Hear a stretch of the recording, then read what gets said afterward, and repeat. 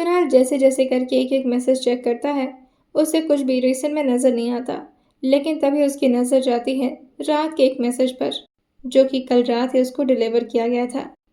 और जैसे ही वो उस मैसेज को खोल करके देखा था, वो उसे पढ़ करके एकदम से हैरान रह जाता है और उसे समझ में नहीं आता कि वो रेयांश अब क्या बोले इस बारे में। थोड़ा देर तो अपनी जगह पर स्टैचू बनने के बाद रेयांश जो दोबारा से बाहर से चिल्लाते हैं और कुणाल जल्दी जल्दी रूम से बाहर आते हुए रेयांश के ठीक पीछे आकर खड़ा हो जाता है। इस वक्त रेयांश के ठीक बगल में जिया खड़ी थी। कुणाल एक बार जिया की तरफ देखता है और फिर रेयांश की तरफ डरते हुए देखकर धीरे से फ़ोन को आगे बढ़ाते हुए कहता है, सर। रेयांश जो पीछे मुड़कर कुणाल से पूछते हैं, कुछ पता चला? जिया भी कुणाल को क्वेश्चन भरी निगाहों से ही देख रही थी, जैसे वो भी जानना चाहते हो कि आखिर ये सब किसने किया है। कुणाल जो धीरे से फ़ोन को आगे बढ़ाते हुए अपने सिर को नीचे झुकाकर के हल्का सा पीछे हो गया था। उसे समझ में नहीं आ रहा था कि वो सही कर रहा है या नहीं, लेकिन वो इसके अलावा कुछ और कर भी नहीं सकता था। अब रेयांश से झूठ बोलना तो उसके बस की बात नहीं थी। रेयांश पहले तो उस मैसेज को काफ़ी गुस्से में पढ़ते हैं, लेकिन जैसे ही उनकी नज़र कॉन्टैक्ट पर जाता है, उनके दिल में एक अजीब सा दर्द उठ जाता है। जब उस कॉन्टैक्ट का नाम देखा था, उनके दिल में एक अजीब सी टीस उठ जाती है और थोड़ा देर तो अपने आप को संभाल ही नहीं पाते। वहीं वो पीछे बाउंड्री पर जाकर के धीरे से बैठते हैं। जिया ने पहली बार रेयांश को इस तरह से इतना कमज़ोर होते हुए देखा था, और वो भी रेयांश के सामने नीचे की तरफ अपने घुटने पर बैठते हुए रेयांश के चेहरे पर अभी हाथ रख ही रही थी कि तभी रेयांश उसका हाथ अपने गाल की तरफ से हटाते हैं और काफ़ी झटके में उसके हाथ को छोड़ते हुए कुणाल को फ़ोन पकड़ाते हुए कहते हैं, दोबारा से चेक करो, जो देख रहा हूँ वो सच है। ये बोलते हुए भी रेयांश का सारा गुस्सा कहीं दूर जा चुका था और इस वक्त अगर उनके चेहरे पर कुछ नजर आ रही थी तो सिर्फ मायूसी। जिया कुछ समझ नहीं पाती और वो भी दोबारा से खड़े होकर के रेयांश की तरफ देखते हुए कहती है, क्या हो गया? ऐसी क्या बात हो गई? आप ठीक तो? कुणाल तभी अपने सर को हाँ मिलाते हुए कहता है, सर, देखने में तो जो है वही है, सारी इन्फॉर्मेशन सही लग रही है। वही रेयांश जो जिया की सारी बातों को साइड में करते हुए उसको वार्निंग भरे लहजे में कहते हैं, अपना फ़ोन लेकर आओ तुरंत। दोबारा से अब रेयांश का गुस्सा उनकी नसों में वापस आ रहा था। जिया जो ही सर को हाँ मिलाती है और थोड़ी कन्फ्यूजन में वो अंदर की तरफ अपना फ़ोन लेने के लिए आ जाती है। अब रेयांश और कुणाल भी अंदर की तरफ ही आ रहे थे। जिया फ़ोन को टेबल से उठाकर रेयांश की तरफ जैसे ही पकड़ाई थी, रेयांश उसका फ़ोन अपने हाथ से छीनते हैं और उनके भी फिंगरप्रिंट जिया के फ़ोन पे एज अ पासवर्ड लगा हुआ था और वो तुरंत ही उसके व्हाट्सएप को चेक करते हैं। व्हाट्सएप पर भी मैसेज एज इट इज़ था। जिया ने बिल्कुल भी उसके फ़ोन के साथ छेड़खानी नहीं की थी, क्योंकि उसे वक्त भी तो नहीं मिला था। वहीं रेयांश जो हल्का सा मुस्कुराते हुए कहते हैं, इसीलिए फ़ोन चाहिए था तुम्हें? जी हाँ, जो रेयांश की बात न समझते हुए कहती है, वाह क्या है, कुछ तो बता। लेकिन तभी रेयांश जो काफ़ी गुस्से में स्क्रीन दिखाते हुए कहते हैं, दिखाई नहीं दे रहा तुम्हें क्या हुआ यहाँ पर? किसी की जिंदगी और मौत के साथ खिलवाड़ करने की गलती की है तुमने, और इसे गलती नहीं, मेरी नज़र में गुनाह कहते हैं। जिया तुम ये कर सकती हो क्या? यही रेयांश ने जिया को उसके अपने फ़ोन का स्क्रीन दिखाया था। जिया की भी नज़र अपने स्क्रीन पर पड़ती है। वैसे तो उसे कुछ ठीक तरीके से समझ में नहीं आता कि यहाँ पर चल क्या रहा है। वहीं रेयांश उसके हाथ में ज़ोर से उसका फ़ोन देते हुए कहते हैं, इसीलिए चाहिए था ना तुम्हें फ़ोन? यही गुल खिलाना चाहती थी। और फिर वो उसकी तरफ काफ़ी गुस्से में आगे बढ़ते हुए कहते हैं, मेरे घर परिवार को बर्बाद करने के लिए भेजा था तुम्हें उस जयशंकर तिवारी ने मेरे पास? वही जिया जो रोते हुए कहती है, मैंने कुछ नहीं किया। जिया के फ़ोन में इस वक्त दो मैसेज था। एक मैसेज जो वासना की तरफ गया था और उससे पहले का मैसेज जो जयशंकर तिवारी की तरफ। और उस मैसेज में कुछ ऐसा लिखा था जिससे यह साफ तरीके से क्लियर हो रहा था कि जयशंकर तिवारी ने ही जिया को ये सब करने के लिए रेयांश से प्यार का नाटक करवाया। और वो पूरी चैटिंग थी जिसको रेयांश और कुणाल दोनों ने पढ़ लिया था। पर वो फ़ोन जैसे ही जिया के हाथ में आता है, वो फ़ोन के मैसेज को नहीं बल्कि सिर्फ रेयांश के गुस्से को देख पा रही थी। वो दौड़ते हुए रेयांश के सामने आती है और अपना हाथ जोड़ते हुए कहती है, मेरी बात का विश्वास करिए, मैं कुछ नहीं जानती इस बारे में। और फिर वो अपने मैसेज को देखते हुए कहती है, मैंने नहीं किया ये मैसेज सच में। लेकिन तभी रेयांश बिना जिया की तरफ देखे हुए बाकी आसपास के सारे लोगों को वहां से जाने के लिए कह देते हैं। ने ये इतने गुस्से के लहजे में कहा था कि सब लोग तुरंत ही अपनी अपनी जगह पर चले गए थे। अब इस वक्त पूरे हॉल में सिर्फ जिया, रेयांश और कुणाल ही बचे हुए थे। एक तरफ नेहा जो अपने रूम में लगातार रोई जा रही थी। गौरव उसे संभालते हुए कहता है, कुछ नहीं होगा, भाई बहुत प्यार करते हैं भाभी से, कुछ कुछ नहीं होगा, आप परेशान मत हो। वहीं नेहा जो कहती है, मुझे पूरा भरोसा है, जिया कभी कुछ गलत नहीं कर सकती, उसके साथ इतना खुद गलत हुआ है, वो समझती है इन सारी चीज़ों को, और वो वासना के साथ ऐसा कुछ नहीं कर सकती, प्लीज़ आप जाकर समझाइए उनको। वहीं रेयांशु काफ़ी गुस्से में कुणाल से कहते हैं, इस लड़की को कहो यहाँ से निकल जाए, मैं और ज़्यादा इसे बर्दाश्त नहीं कर सकता। वहीं जिया ये सुन करके अपने कदम को संभाल नहीं पाती और वो इतना ज़्यादा कमज़ोरी महसूस करने लगी थी और उसके साथ ही उसके दिल में ऐसी दर्द से उठ रहा था कि वो और ज़्यादा अपने आप को बर्दाश्त न कर पाते हुए तुरंत ही अपने घुटनों पर आकर बैठ चुकी थी और वो ऑलमोस्ट अपने घुटनों पर गिर गई थी। लूसीफर भी दूर खड़ा ये सब कुछ देख रहा था और वो भी तुरंत ही दौड़ कर आता है और जिया के बगल में आकर के उसके पास बैठ जाता है। वो कभी उसके हाथ को अपने टंग से चाटने की कोशिश करता तो कभी उसके पैरों के पास आकर के अपने सिर को सहलाने की। जिया जो धीरे से ऊपर की तरफ देखते हुए रेहान से एक आखिरी मौका मांगते हुए कहती है, प्लीज़ मेरी बात एक बार सुन। लेकिन तभी रेहान से कहते हैं, मैं रूम में जा रहा हूँ कुणाल, जब तक वापस आऊँ ये लड़की मुझे नजर ना आए, वरना मैं अपने हाथों कुछ बहुत गलत कर दूंगा। और ये बोलते हुए वो तुरंत ही अपने रूम के अंदर जाते। उससे पहले लूसीफर उनके सामने आकर के अपना सिर झुका लेता है, जैसे वो बार बार रेयांश को रोकने की कोशिश कर रहा हो, लेकिन रेयांश तुरंत ही उसको घूरते हैं और उसे साइड में जाने के लिए कह देते हैं। कुणाल भी रेयांश के गुस्से से अच्छी तरह से वाकिफ था और वो भी इस वक्त जिया को रेयांश के सामने नहीं रखना चाह रहा था। और अब रेयांश को जब जिया की इन हरकतों पर भरोसा हो पा रहा था तो ऑब्वियसली कुणाल को क्यों नहीं, वो भी काफ़ी हद तक निराश हो गया था। चेहरे पर उसकी मायूसी साफ तरीके से नजर आ रही थी क्योंकि वो जिया के साथ कुछ ऐसा एक्सपेक्ट तो बिल्कुल भी नहीं कर सकता था।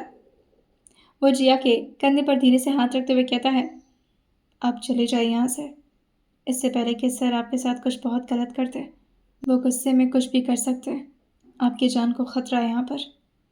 वहीं जिया जो रोते हुए अपने चेहरे को ऊपर उठाते हुए कहती है, उनके बिना मैं कहाँ जाऊँगी, मेरे पास उनके अलावा और कोई नहीं है।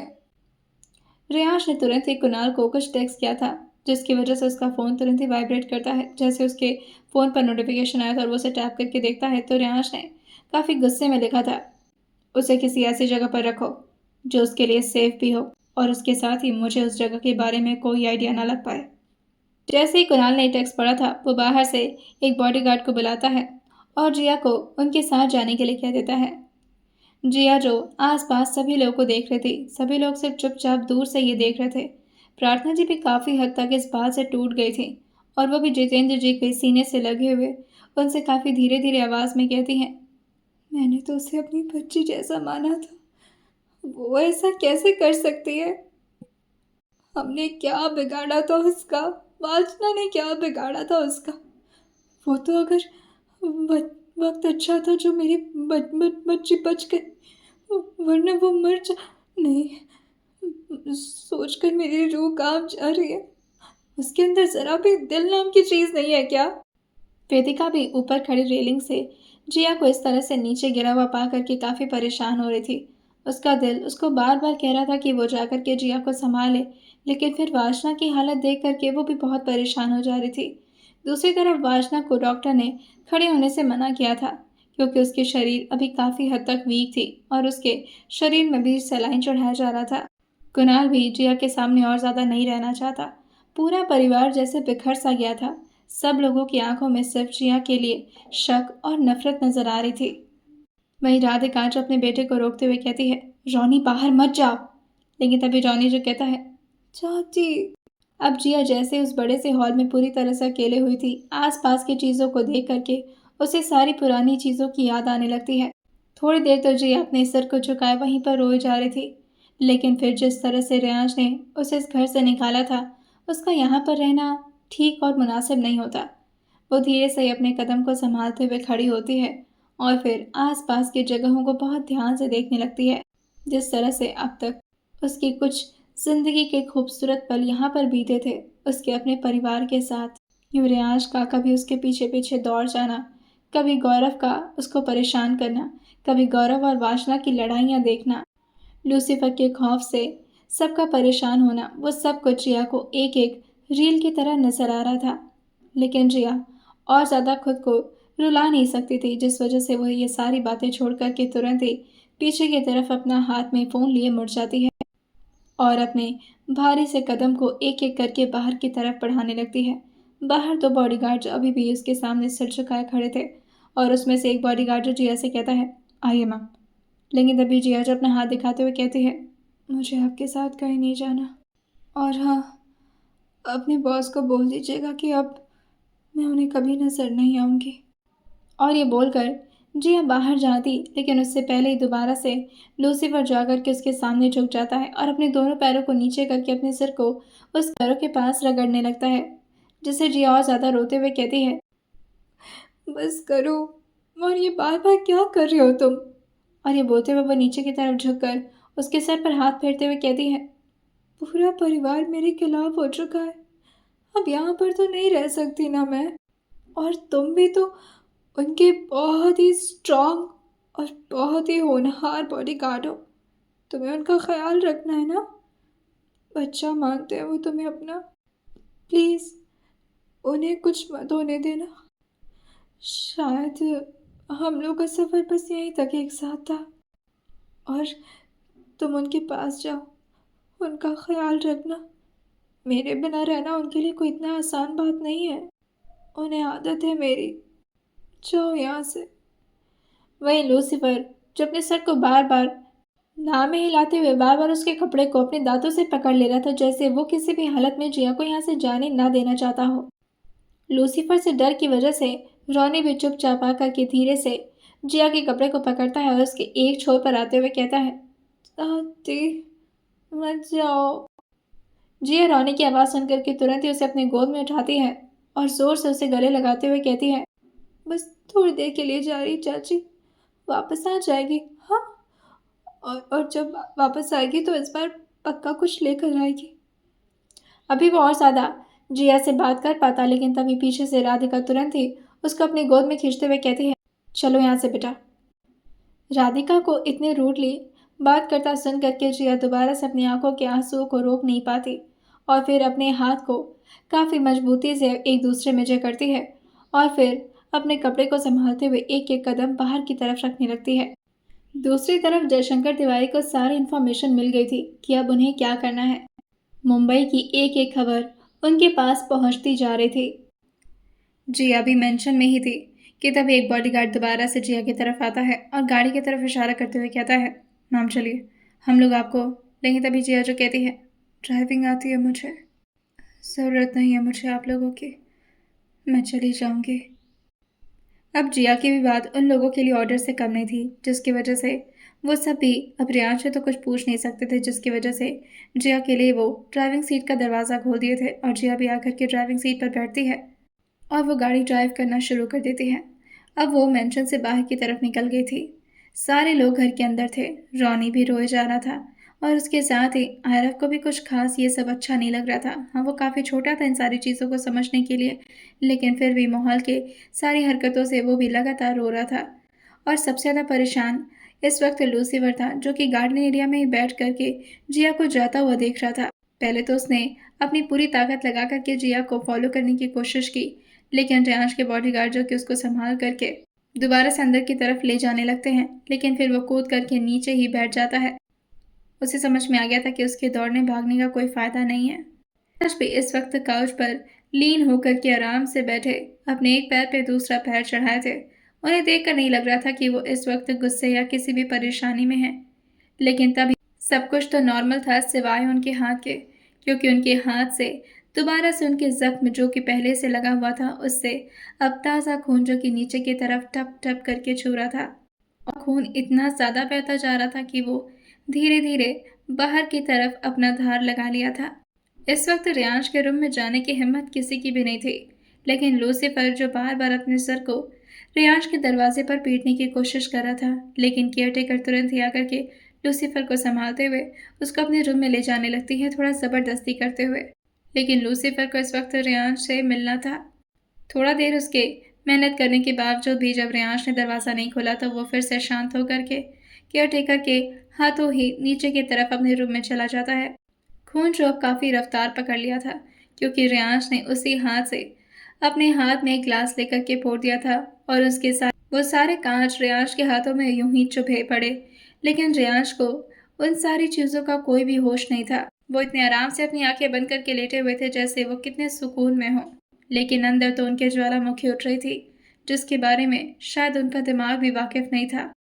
आखिर क्या होने वाला था जिया के साथ, और वो गाड़ी ड्राइव करके अब कहाँ जाने वाली थी। आइए।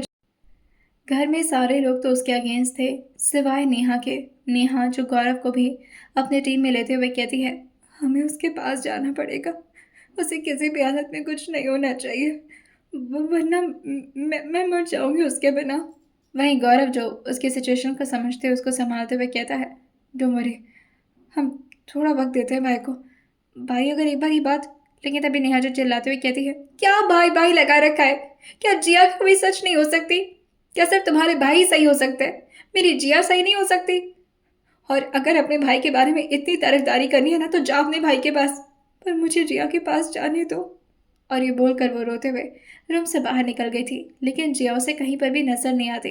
वो दौड़कर बाहर जाती है, लेकिन तभी उसे कुछ गार्ड और कुछ स्टाफ से पता चलता है कि जिया तो गाड़ी लेकर निकल गई है। वहीं नेहा जब अपने सिर पर हाथ रखते हुए कहती है, ओह नो, ओह नो, उसे ड्राइविंग भी बहुत अच्छे से नहीं आती है, वो बहुत ही बेसिक ड्राइवर है। गौरव भी उसके पीछे पीछे दौड़ कर ही आ रहा था और नेहा की बात सुनकर के वो तुरंत ही दूसरी गाड़ी लेते हुए कहता है, डोंट वरी, तुम गाड़ी में बैठो, मैं गाड़ी स्टार्ट करता हूँ। और वो लोग भी जिया को फॉलो करने के लिए दूसरी गाड़ी में बैठ करके निकल गए थे। नेहा लगातार बस भगवान से प्रार्थना किए जा रही थी और वो अपने ही आप को और वो अपने ही सिर पर जोर से मारते हुए कहती है, मैंने क्यों जाने दिया उसे, और आखिर क्यों नहीं संभाला, मैं क्यों डर गई रियाज जी से। नहीं, गौरव जी कहता है, पूरा घर उसके अगेंस्ट में, अब किसी को भी समझाने का कोई फायदा नहीं है। और पता नहीं क्यों मेरी गट फीलिंग कह रही कि जिया कभी ये कर ही नहीं सकती। मैं उसका कुछ लगता तो नहीं हूँ, लेकिन फिर भी। वही न्याजो कहती है, वो लड़की अपनी जान दे सकती है, मगर किसी और की जान के लिए कभी खतरा नहीं बन सकती। उसके साथ तो लोगों ने इतना गलत किया है, उसके बावजूद भी उसकी आवाज़ नहीं निकलती बाहर। भला वो इतनी बड़ी हरकत नहीं कर सकती। हाँ, लेकिन मुझे डर है, क्योंकि रेयांश उसके जिंदगी का एक आखिरी उम्मीद था। अब वो भी उससे दूर जा चुका है, वो कहीं अपने साथ कुछ गलत। लेकिन तभी गौरव अपने सर को ना मिलाते हुए कहता है, ऐसा कुछ नहीं होगा। पर उसकी गाड़ी दिख नहीं रही है, कहाँ चली गई वो? जिया को रेयांश के साथ कुछ खूबसूरत पल जो कि उसने ब्रिज पर बिताए थे वही याद आता है, और जिया गाड़ी को लेकर के उसी ब्रिज की तरफ जाने लगी थी। उसे ड्राइविंग तो काफ़ी बेसिक लेवल की आती थी, लेकिन फिर भी वो काफ़ी अच्छी तरीके से ड्राइव कर रही थी। और उसके साथ ही काफ़ी गुस्से में होने के बावजूद भी उसकी गाड़ी की स्पीड काफ़ी तेज थी। हाँ, वो खुद पर गुस्सा थी, रेयांश पर नहीं। और बार बार अपने एक हाथ को स्टीयरिंग से हटा करके अपने सिर को पकड़ते हुए लगातार रोए जा रही थी। वो भी इस वजह से क्योंकि उसकी वजह से वासना की जिंदगी खतरे में पड़ी, और रेयांश जो कि इतनी बुरी तरह से उसे अपने आप से दूर कर दिए। इस वक्त भी जिया को अपनी नहीं बल्कि रेयांश की फिक्र हो रही थी कि आखिर वो किस हालत में होंगे। जैसे ही जिया की गाड़ी ब्रिज के साइड में आकर के रुकती है, दूसरी तरफ एक ट्रक में बैठा आदमी जो फोन करके किसी को इस बारे में इन्फॉर्म कर देता है, और वहीं दूसरी तरफ से उसे कुछ ऑर्डर मिलता है और उसने अपने ट्रक को दोबारा से शुरू कर दिया था। वहीं जिया जो अभी भी गाड़ी के अंदर बैठी हुई उस जगह को ध्यान से अपने सामने की तरफ देख पा रही थी, जहाँ जहाँ कल जिया और रेयांश ने इतने रोमांटिक वे में खूबसूरत बारिश को एंजॉय किया था। वहीं दोबारा से जिया जैसे ही अपनी गाड़ी को शुरू करती है, तभी वो ट्रक जो कि अचानक ही जिया की गाड़ी के सामने की तरफ आते हुए काफी रफ्तार में अपनी स्पीड बढ़ा लिया था। जिया जो सामने की तरफ देख करके बार बार हॉर्न भी मारी जा रही थी और वो कोशिश करते कि वो स्टीयरिंग को तुरंत ही घुमा ले, मगर जैसे ही उसने अपनी कार को हल्का सा घुमाया था, तब तक वो ट्रक जो कि तुरंत ही उसकी गाड़ी से अब सट चुकी थी और वो इतने जोर से उसको टक्कर मारती है कि जिया की गाड़ी जो एकदम से आकर के ब्रिज के बॉर्डर पर टिक जाती है। वो ट्रक चलाने वाला आदमी जो हल्का सा गाड़ी को पीछे लेता है और दोबारा से जिया की गाड़ी पर इतने जोर से टक्कर मारता है कि ब्रिज का लगा हुआ बाउंड्री भी अब बुरी तरह से टूट गया था और और अब जिया के गाड़ी का एक टायर जो कि ब्रिज के नीचे साइड एरिया में आ गया था। अभी वो दोबारा से टक्कर मारने वाला होता है, लेकिन तभी उसके फोन पर किसी का कॉल आ जाता है। वो कॉल जैसे ही देखा था तो ये इम्पोर्टेंट कॉल था और वो फोन उठाते हुए कहता है, जी कहिए छोटे मालिक। दूसरी तरफ से ये जिया का भाई ईशान था। वो तुरंत ही उस आदमी को रोकते हुए कहता है, उसी हालत में छोड़ दो उसे। लेकिन उस आदमी को तो जयशंकर तिवारी ने भेजा था, जिसकी वजह से वो हैरान होते हुए कहता है, पर मालिक, बड़े मालिक ने कहा है।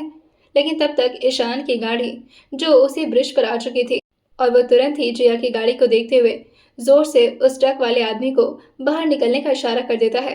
ये ठीक पीछे पीछे 4-5 गाड़ियां और भी आ रही थी और सबको उसने जिया की गाड़ी को दोबारा से पीछे की तरफ ले आने का इशारा कर दिया था। इस एंगल में इस वक्त उसकी गाड़ी आगे की तरफ झुकी हुई थी। जिया भी उसी स्टीयरिंग के पास बेहोश पड़ी थी। गाड़ी के कुछ कांच टूट करके जिया के सिर और उसके चेहरे के ऊपर आकर के लग चुके थे। काफी हद तक उसके चेहरे से और उसके सिर के पास से खून भी आना शुरू हो गया था। बेहोशी हालत में थी, जिसकी वजह से उसका खुद बचना तो मुश्किल था। सारे लोग मिलकर के उसकी गाड़ी को जैसे तैसे करके पीछे करते हैं और ईशान ने उस ड्राइवर को काफी बुरी तरह से अपने आदमियों से पिटवा दिया था। वो बुरी तरह से पहले उसे मार पाते उससे पहले ईशान उन लोग को रोकते हुए कहता है, इस आदमी को जिंदा रखो, इस आदमी से बहुत काम है मुझे। और फिर वो जिया को अपनी गोद में उठाए हुए तुरंत ही अपनी गाड़ी में बैठता है और उसे लेकर रवाना हो जाता है। वहीं दूसरी तरफ वासना जो कुणाल के हाथ पर अपना हाथ रखते हुए काफी मुश्किल से उठकर बैठती है और फिर धीरे धीरे अपनी आंखें खोलते हुए कहती है, भाभी ठीक तो है ना। लेकिन तभी कुणाल जो उसके हाथ से अपना हाथ हटाता है और फिर उसके हाथ पर अपना हाथ रखते हुए उसे संभाल कर कहता है, इस बारे में ना ही सोचो तो बेहतर होगा। जो हो रहा है सही हो रहा है। वही वासना जो कहती है, क्या मतलब है तुम्हारा? जिया भाभी के साथ कुछ नहीं, ऐसा मत करना प्लीज, भाई को जाकर समझाओ, उन्होंने तो सिर्फ मुझे सच बता। लेकिन तभी कुणाल जो कहता है, ऐसा सच? और जिस तरह से तुम्हें बताया गया है, क्या लिखा था उसमें कि कुणाल तुम्हें छोड़ देगा, और वो भी इस वजह से क्योंकि तुम कभी मां नहीं बन सकती? इस तरह से कौन बताता है ये बीमारी? ऐसा तो कोई अपने दुश्मन के साथ भी नहीं करता। अब जिया ने ये, हाँ, मैंने बहन माना था उसे। शुरुआत में जब उसके पास कोई नहीं था तब मैं उसकी मदद करने के लिए आया था, और उसने मेरे साथ ही नहीं, उसके साथ जो भी हो रहा है वो डिजर्व करती है। वही वासना जो रोते हुए कहती है, प्लीज ऐसा मत कहो, एक बार मेरी भाभी से बात करा दो, पता नहीं क्यों मेरा दिल नहीं मान रहा कि वो ऐसा कुछ कर सकती हैं। अच्छा वो सब ठीक है, एक बार भाई को बोलो कि मेरे पास आ जाए। वो किस हालत में होंगे? जिया के साथ गलत करके, उसे हर्ट करके भाई खुश नहीं रह सकते। कुणाल जो कहता है, हर्ट नहीं किया ऐसे, बस अपने आप से दूर कर दिया है। जैसे ही वासना ने यह सुना था वो और ज्यादा परेशान होते हुए कहती है, क्या मतलब भाभी घर पर नहीं है? भाई ने उन्हें छोड़ दिया? कुणाल जो कहता है, जिंदा छोड़ दिया इतना काफी नहीं है, अगर उनकी जगह पर ये किसी और ने किया होता ना तो सबके सामने बुरी मौत मारते उसे, और तुम उसके बारे में इतना क्यों सोच रही हो? मेरी वासना जो कहती है, फिलहाल तो मैं अपने भाई के बारे में सोच रही हूँ, वो किस हालत में होंगे, जाकर देखो उन्हें। दूसरी तरफ गाड़ी में गौरव और बगल में बैठी नेहा जो परेशान हो रहे थे क्योंकि जिया की गाड़ी उन्हें दूर दूर तक कहीं पर भी नजर नहीं आ रही थी। निराश होकर उन्हें वापस लौटना ही पड़ता है। नेहा जो बार बार गिड़गिड़ाई जा रही थी, मुझे उतार दो, मुझे गाड़ी से उतार दो, मैं ढूंढ लूंगी उसे, शहर में कहीं ना कहीं तो होगी ना वो। लेकिन तभी गौरव उसको संभालते हुए कहता है, हम ढूंढेंगे तो साथ में, और मैं पुलिस को वो गाड़ी का नंबर देता हूँ ताकि उस लोकेशन को ट्रेस कर सके। परेशान मत हो, सब ठीक हो जाएगा। वहीं नेहा जो कहती है, कुछ ठीक नहीं होगा, मेरी बहन पहले से बहुत टूटी हुई है, दोबारा से टूटने की हिम्मत नहीं है उसमें, प्लीज उसे जल्द से जल्द ढूंढवाओ गौरव, मैं मर जाऊंगी अगर उसे कुछ हो गया तो। वासना की बात सुनकर के कुणाल भी इस बात को सीरियस लेते हुए कहता है, सर को देख कर आता हूँ मैं, कहीं वो खुद को ज्यादा परेशान ना कर रहे हो। और फिर वो उसके सर पर एक बार हाथ रखते हुए कहता है, पर तुम परेशान हो तो मैं किसी को यहाँ पर भेज देता हूँ। जैसे वो रूम से बाहर निकला था वेदिका जो भी आराम से रेलिंग पर टिक करके खड़ी थी। वो बस नीचे की तरफ देखे जा रही थी और उसकी आंखें भी आंसू से लाल हो रखी थी। जिया के साथ बिताया हुआ वक्त वो बार बार याद कर रही थी, जिसे वो याद नहीं करना चाह रही थी। पीछे से मृदुल भी आकर उसको संभालते हुए कहती है, होता है, कभी कभी वक्त खराब हो जाता है हर किसी का। पता नहीं जिया ने ये सब क्यों सोचकर और क्या सोचकर किया। जिस तरह से रियांशी बता रहे थे, उसने अपने बड़े पापा के साथ मिलकर रियांशी को बर्बाद करने की कोशिश की है। ये कुछ अजीब नहीं है। जिया इस तरह की प्लानिंग नहीं कर सकती। वही वेदिका जो कहती है, मैं तो कब से यही कहना चाह रही हूँ पर मेरी कोई सुन ही नहीं रहा। मम्मी भी लगातार रोई जा रही है और इस वक्त उन्हें कुछ भी समझाना बेकार है। वासना को वो बहुत मानती हैं।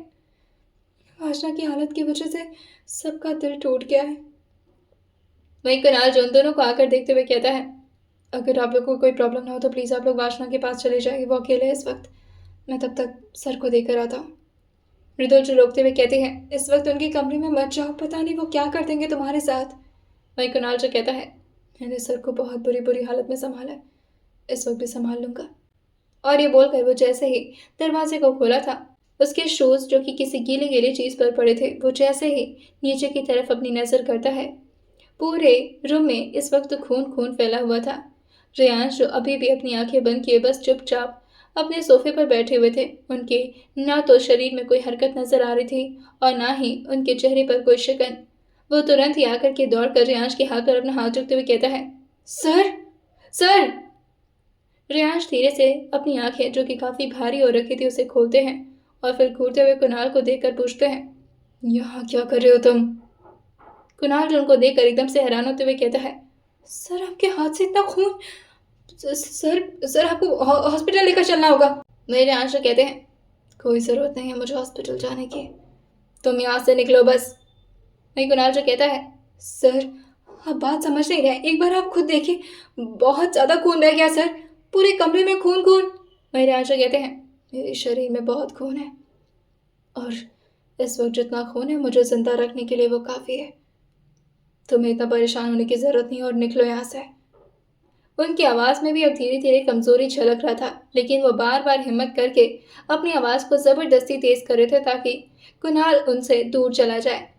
वो बार बार डांटने की कोशिश तो करते हैं मगर फिर भी कुणाल जो रेयांश की बात नहीं सुनता और वो उन्हें जबरदस्ती उठाने लगता है, जिसकी वजह से रेयांश जो जोर से उसे धक्का देते हुए कहते हैं, कहा ना मैंने कि मैं ठीक हूं, नजर नहीं आ रहा तुम्हें? रेयांश अग्निहोत्री कभी कमजोर नहीं पड़ सकता और उसे कुछ नहीं होगा। जब तक वो जीना चाहेगा तब तक जिएगा। फिलहाल निकलो यहाँ से। वहीं कुणाल जो कि एकदम से पीछे की तरफ डिसबैलेंस होकर के ऑलमोस्ट गिरने वाला था, लेकिन वो आकर के टेबल से जोर से लड़ता है और फिर खुद को संभालते हुए खड़ा करते हुए कहता है, सर ठीक है सर, आपकी जैसी मर्जी। और वो दौड़ करके एक कपड़े अपने हाथ में लेकर के तुरंत ही रेयांश के उसी खून वाली जगह पर जोर से उस कपड़े को बांध दिया था ताकि खून तुरंत ही रुक जाए। रेयांश तो एक बार और कुणाल को घूरते हैं और उसे बाहर जाने का इशारा कर देते हैं।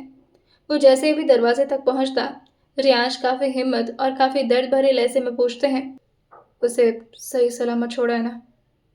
लेकिन तभी कुणाल जो अपने हाथ को हैंडल से पीछे की तरफ करते हुए कहता है, मैंने नहीं छोड़ा, वो खुद चली गई है सर, और फिलहाल आप उसके बारे में मत। लेकिन जैसे ही रेयांश ने ये सुना था, वो तुरंत ही खड़े होते हुए कहते हैं, व्हाट डू यू मीन भाई, तुमने नहीं छोड़ा? कहाँ चली गई वो अकेले?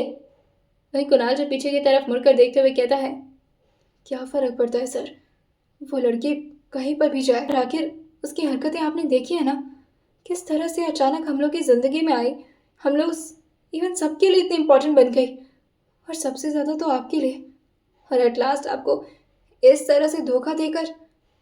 प्लीज़ सर आप उसके बारे में सोचना छोड़ दीजिए, मैं वासना के पास जा रहा हूँ। और ये बोलकर कुणाल जो अपने रूम से निकल गया था। रेयांश अभी रूम से बाहर जाते लेकिन फिर से वो अपने हाथ को कंट्रोल करते हुए अपने दिल पर रखते हुए कहते हैं, वो धोखेबाज लड़की है, बेवफा लड़की है, मुझे उसके बारे में नहीं सोचना चाहिए। लेकिन ये बात वो सिर्फ अपने मुंह से बोल रहे थे, उनका दिल इस बात को मानने के लिए जरा भी राजी नहीं था। वो गुस्सा तो बहुत थे, लेकिन एक पल में जिया के बारे में सुनकर के उन्हें बार बार जिया की टेंशन हो रही थी। दूसरी तरफ इस वक्त ईशान जो काफी रश में जिया को हॉस्पिटल ले आकर के एडमिट करवा दिया था, उसकी पकड़ काफी तेज थी और उसके साथ ही इंडिया में उसकी काफी चलती भी थी। जिया के लेकर के सारे डॉक्टर बहुत ज्यादा कंसर्न हो गए थे। उसके सर में काफी गहरी चोट आई थी जिसकी वजह से सारे बड़े बड़े न्यूरोलॉजिस्ट जो कि आकर के जिया के ही ऑपरेशन थिएटर में इकट्ठा हो गए थे और उसकी ट्रीटमेंट चालू कर दी जाती है। वहीं अब पूरी तरह से शाम हो चुका था, लेकिन जैसे ही ब्रिज पर कुछ लोग आते जाते उस जगह को देखते हैं और उसके साथ ही टूटे हुए कार को, सब लोग धीरे धीरे करके आपस में वहां पर भीड़ इकट्ठा कर लिए थे। अब धीरे धीरे वहां पर भीड़ होने की वजह से मीडिया भी पहुंच गई थी। वैसे तो पहले कुछ छोटी ही मोटी मीडिया वहां पर कैप्चर करने गई थी, लेकिन जैसे ही गाड़ी के नेम प्लेट से अंदाजा लगता है कि ये तो रेयांश अग्निहोत्री की कार है, और थोड़ी ही देर में मीडिया इंडस्ट्री के बड़े बड़े चेहरे जो कि आकर के वहां पर रिपोर्ट लेना शुरू कर दिए थे कि आखिर यहाँ पर क्या हुआ है। पुलिस भी उस गाड़ी का अच्छी तरह से जांच पड़ताल करते हैं, तो उसमें से जिया का फोन जो कि बुरी तरह से टूटा पड़ा था, और इसके साथ ही रियांश की गाड़ी उन्हें नजर आती है। इस बारे में वो तुरंत ही रियांश अग्निहोत्री के असिस्टेंट प्रियंका को कॉल करते हैं। प्रियंका जो फोन उठाते हुए सारी इन्फॉर्मेशन तो ले लेती है, मगर इस बारे में वो कुछ भी रियांश को बताना मुनासिब नहीं समझती, क्योंकि ऑब्वियसली उसे क्या ही लेना देना था जिया के एक्सीडेंट से। और वो राजनंदिनी के हाथ पर अपना हाथ मारते हुए कहती है, सब कुछ प्लान के मुताबिक ही हुआ है, और वो बेचारी गाड़ी से नीचे समंदर में जाकर गिर गई। मतलब खेल खत्म। वहीं राजनंदिनी जी जो गहरी सांस भरते हुए कहती हैं, वैसे तो मैं इतनी बुरी थी नहीं, मगर उसके साथ मुझे बुरा करना पड़ा। लेकिन अब समझ में आ रहा है, उस एक लड़की की वजह से तो ये पूरा परिवार कैसे तिलमिला उठा है ना। आइए जानते हैं आने वाले एपिसोड में क्या होने वाला है, और सुनते रहिए माफिया ट्रैप्ड वाइफ सिर्फ और सिर्फ स्टोरी विद सौम्य के साथ।